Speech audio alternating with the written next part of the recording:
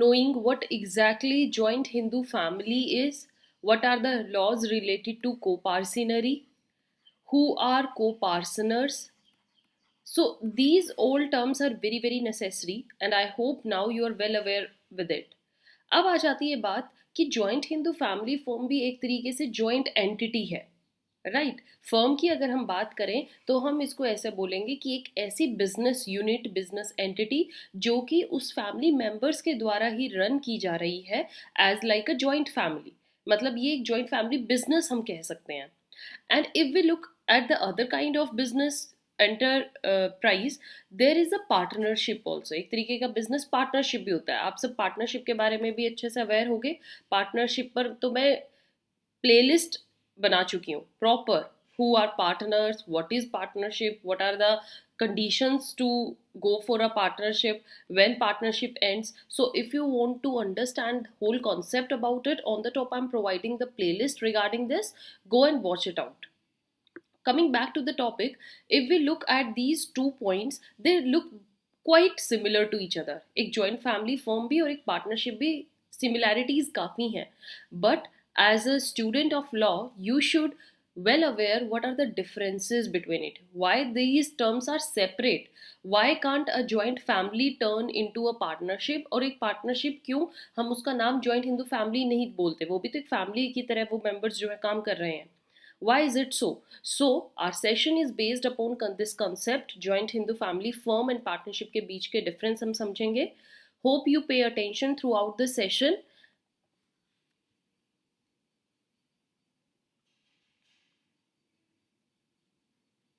Apart from this, this is our contact number and mail address.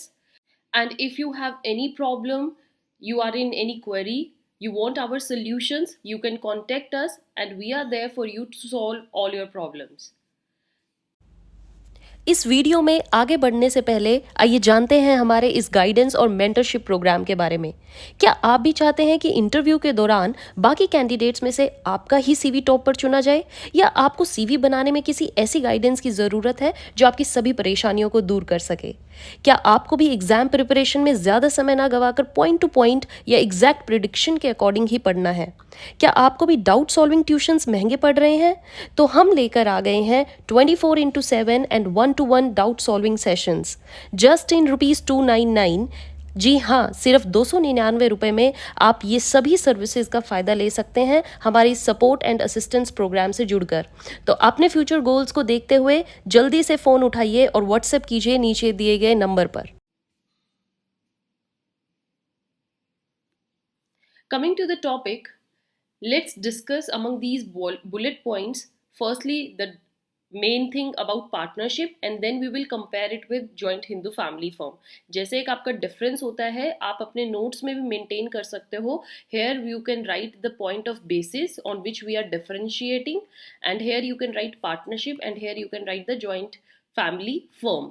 Okay, तो हम इस basis पर difference करेंगे, एक एक पॉइंट को समझेंगे कि इस पॉइंट पर पर्टिकुलरली पार्टनरशिप का क्या मानना है और जॉइंट हिंदू फैमिली फर्म का क्या मानना है। Let's start this. First point here in front of you is partnership is created by the act of the parties. अगर आपको पार्टनरशिप करनी है, किसी मेंबर या किसी दूसरे पार्टनर के साथ अपना बिजनेस रन करना है, तो पहले तो आपको अपना पार्टनर ढूंढना पड़ेगा। और जब आप मिल जाओगे तो एक दूसरे के साथ बात करोगे, दोनों अगर पॉइंट्स पे सहमत हो तो आप एक पार्टनरशिप डीड बनाओगे। उस डीड को बनाने के बाद उस पर दोनों आप अपने साइन करोगे, और जब आप दोनों एफर्ट्स करेंगे तो एक पार्टनरशिप बिजनेस एग्जिस्टेंस में आ जाएगा। It means you have to do some acts, you have to do certain कुछ steps लेने पड़ेंगे and then partnership comes into existence. But if we look at the joint Hindu family firm, यहाँ पर कोई आपको खुद से members नहीं ढूंढने हैं, यहाँ पर खुद से कोई आपको एक एग्रीमेंट साइन नहीं करना है, खुद से ये नहीं सोचना कि अब हम एक बिजनेस स्टार्ट करें। It is automatically a creature of law. Perfect means ये तो कानूनी तौर पर ही ऐसा है कि अगर एक फैमिली का बिजनेस रन हो रहा है तो उसमें उसका मेंबर एंटर करेगा ही करेगा, और एक वो जॉइंट हिंदू फैमिली फर्म है, उसके लिए आपको एक्स्ट्रा एफर्ट्स करने की ज़रूरत नहीं है। Next point is an issue of a partner does not require any interest in the partnership property by birth. Okay, तो यहाँ पर क्या है कि पार्टनर जो है कभी भी पार्टनरशिप में अपना हक बाय बर्थ नहीं मानता है। अब एक मेंबर है जो कहीं और पैदा हो रहा है, उसको थोड़ा पता है कि कल मैं जब यंग हो जाऊंगा तो मैं इस पर्सन के साथ अपना बिजनेस रन करूंगा। इट्स नॉट थिंग कि you get the right just mere by birth, but if we look at this joint Hindu family form जहाँ पर आपने को पार्सनर पढ़े हैं, तो को पार्सनर में क्या होता है, जब आप एक बिजनेस रन कर रहे हो को पार्सनरी में, चाहे आपकी नेक्स्ट जनरेशन सन है, ग्रैंडसन है, ग्रेट ग्रैंडसन है, even daughters equally, they have a coparcenary right and they acquire that interest by birth only. ये हम ऑलरेडी कर चुके हैं। को पार्सनरी इंटरेस्ट क्या होता है, को पार्सनर क्या होता है, अगर आपको ये सब समझना है, on the top I am providing the link of that session, go and watch it out. Next, partnership is dissolve by the death of the partner. अगर हम इनका एंड देखें तो जो पार्टनरशिप बिजनेस है उसका एंड हो जाता है with certain conditions are also there, but अगर दो मेंबर है या दो से ज्यादा किसी मेंबर की डेथ हो जाती है, ऑटोमेटिकली पार्टनरशिप डिसॉल्व हो गई।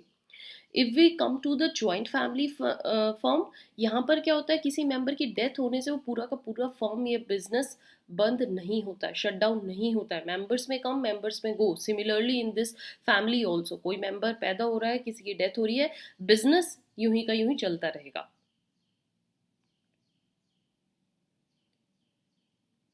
ओके, देन इन पार्टनरशिप जो रिटायरिंग पार्टनर होता है, मीन्स जो उस फर्म को छोड़कर जाना चाह रहा है पार्टनरशिप में।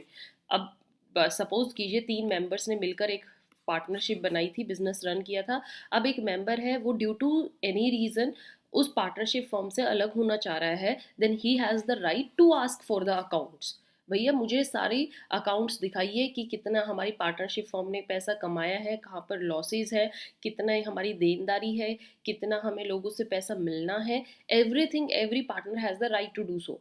But joint Hindu family firm में अब आपको लगेगा कि ऐसे मेंबर्स के पास हक नहीं है। नहीं है, बिकॉज जो ज्वाइंट हिंदू फैमिली फर्म को, it's not firm it's firm, firm को जो रन कर रहे हैं, रन कौन कर रहे हैं, या तो मैनेजर हो सकता है, एक मेंबर उन्होंने अपना मैनेजर बनाया हुआ, ये ज्यादातर करता होता है the head of the family.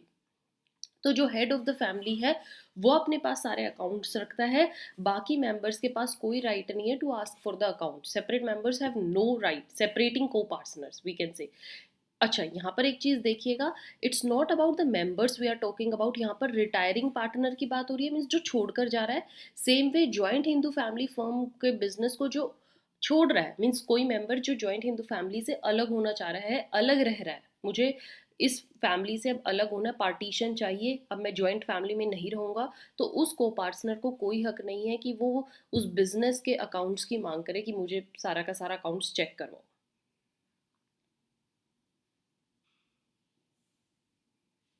Right, then moving ahead, partnership जो होती है वो डिसॉल्व होती है ओनली इन द सर्कमस्टांसेस जो कि मेंशन्ड है इंडियन पार्टनरशिप एक्ट में। ओके, इंडियन पार्टनरशिप एक्ट में जो आपने एक्ट, एज आई सेड, मैं आपको लिंक ऑलरेडी स्टार्टिंग में दे भी चुकी हूँ, इंडियन पार्टनरशिप हमने किया है, आप जाकर प्लेलिस्ट ढूंढ सकते हैं। उसमें पार्टनरशिप कैसे डिसॉल्व होती है, कैसे ख़त्म होती है, जो भी सिचुएशन मेंशन्ड है एक्ट में, उन्हीं के थ्रू हो सकती है। But if we look at joint Hindu family firm, इसमें अगर आपको अपना बिजनेस या फर्म को बंद करना है, if you want to dissolve it any time, co partners की इंटेंशन जब भी है कि अब हमें अपनी फर्म को बंद करना है या अब हम सब अलग अलग होना चाह रहे हैं, जॉइंट नहीं रहेंगे, सब सेपरेट होंगे, तुरंत ही आपका फर्म, अपना जो बिजनेस है वो बंद हो जाएगा। As there is no such conditions कि इन्हीं कंडीशंस पर ही आप एक फर्म को या जॉइंट हिंदू फैमिली बिजनेस को ख़त्म कर सकते हो। Then a partner has a definite share in the business. ये हमें पता होता है स्टार्टिंग से ही, जब एक पार्टनरशिप स्टार्ट की जाती है तो पार्टनर आपस में एग्री कर लेते हैं। सपोज कीजिए ए बी सी है, तो ये आपस में एग्री कर लेंगे कि कौन कितना शेयर लेगा। 1/3 1/3 1/3 भी ले सकते हैं, मीन्स इक्वल शेयर हम डिसाइड करेंगे, या शेयर्स अलग भी हो सकते हैं। सपोज कीजिए 2 मेंबर्स हैं तो 2/3 ये ले, 1/3 बी ले ले, ठीक है। तो इट्स लाइक कि डेफिनेट शेयर होता है जो ऑलरेडी पता होता है, और पार्टनर्स को पता है कि हमारा जो प्रॉफिट आएगा उसमें से इतना शेयर एक पार्टनर का, इतना शेयर एक पार्टनर का। If we look at the co partners share, separating co partner share is fluctuating one. Members का शेयर जो है वो क्या होता रहता है, फ्लक्चुएट होता रहता है। हाउ, कोई मेंबर जो है वो अलग हो गया, सपोज कीजिए जॉइंट फैमिली बिजनेस से सेपरेट रहने लग गया, जॉइंट फैमिली में नहीं रहना है, तो बाकी जो मेंबर्स उनका शेयर इक्वली बढ़ जाएगा। Understood? Next point of difference between the two concepts is that any partner can bind his co-partner by debt incurred for the purpose of partnership business. Suppose कीजिए पार्टनरशिप बिजनेस के लिए ए जो है कहीं से किसी से पैसे मांग कर लाया है, डेट लेकर आया है कि मुझे अपने बिजनेस रन करने के लिए चाहिए। बाकी जो मेंबर्स हैं बी और सी, वो ऑटोमेटिकली इस डेट के क्या हो जाएंगे, को पार्टनर्स हो जाएंगे, उनको भी सेम उस डेट को देनदारी बनेगी। ऐसा नहीं है कि लास्ट में जब पैसे देने का टाइम आएगा तो सिर्फ ए के ऊपर ही बर्डन है पे करने का, नहीं, B and C are equally responsible, they have to pay all the debts. But if we look in the joint Hindu family firm, यहाँ पर क्या होता है, को पार्टनर जो मैनेजर नहीं है, जो बिजनेस को मैनेज नहीं कर रहे, they are just member of the family, they can not contract debts for the purpose of family business. वो डेट्स ना तो ला सकते हैं, ना उन पर बर्डन आएगा। ओनली द मैनेजर और द कर्ता और the family have this right. Moving ahead, partners share in the firm as well as his separate property जो होती है is liable for the payment of partnership debts. As I said, partnership में unlimited liability होती है। Unlimited means कि कल अगर firm, partnership firm, if suppose कीजिए ज़्यादा प्रॉफिट्स नहीं कमा पाई, डेट्स में चली गई, तो पार्टनरशिप के जो एसेट्स हैं, सपोज कीजिए उन्होंने अपने कॉमन एसेट्स लिए थे पार्टनरशिप रन करने के लिए, वो सब तो बिकेंगे ही बिकेंगे, और स्टिल अगर कोई लोन या डेट रिमेनिंग है, देना है, तो वो पार्टनर्स की पर्सनल प्रॉपर्टी से लिया जाएगा। तो पार्टनर का शेयर तो लायबल होगा, उनकी सेपरेट प्रॉपर्टी से भी शेयर मांग लिया जाएगा कि हमारा लोन पूरा कीजिए। जो उनके क्रेडिटर्स हैं वो उनसे पैसा मांगेंगे। But if we look at this joint Hindu family firm में क्या होता है कि मेंबर्स की जो सेपरेट प्रॉपर्टी होती है ना, जो उनकी सेपरेट है, सेल्फ ओन्ड प्रॉपर्टी है, और अगर वो उस मेंबर फर्म के मैनेजर नहीं है, they are not liable for the payment of the debts. समझिएगा, फैमिली की जो बिजनेस है, उस बिजनेस में अगर कहीं से कहीं डेट है या लोन उठाया हुआ है, तो जो कर्ता होंगे, हेड होंगे, जो मैनेजर होंगे, सिर्फ वही सारा लोन पे करेंगे। अदरवाइज जो अदर मेंबर्स हैं, जो मैनेजर नहीं है, उनकी सेपरेट प्रॉपर्टी यूज नहीं की जाएगी वो डेट पे करने के लिए। Last point of difference, pay attention, जो माइनर को पार्टनर्स होते हैं, दे हैव माइनर को partner separate property likewise not liable. अगर हम पार्टनरशिप में देखें तो वहाँ पर माइनर का शेयर यूज किया जाता है to pay the debts. Separate property although उसकी भी नहीं ली जाती, बट अगर कोई माइनर है पार्टनरशिप में तो माइनर का share is use for paying the debts. But in co partners में माइनर की तो प्रॉपर्टी को हाथ लगाया नहीं जाता, he is not liable for paying the debts of the family. So I hope you mind all these differences. You have written all these differences in your notes. Maintain continuity, keep learning.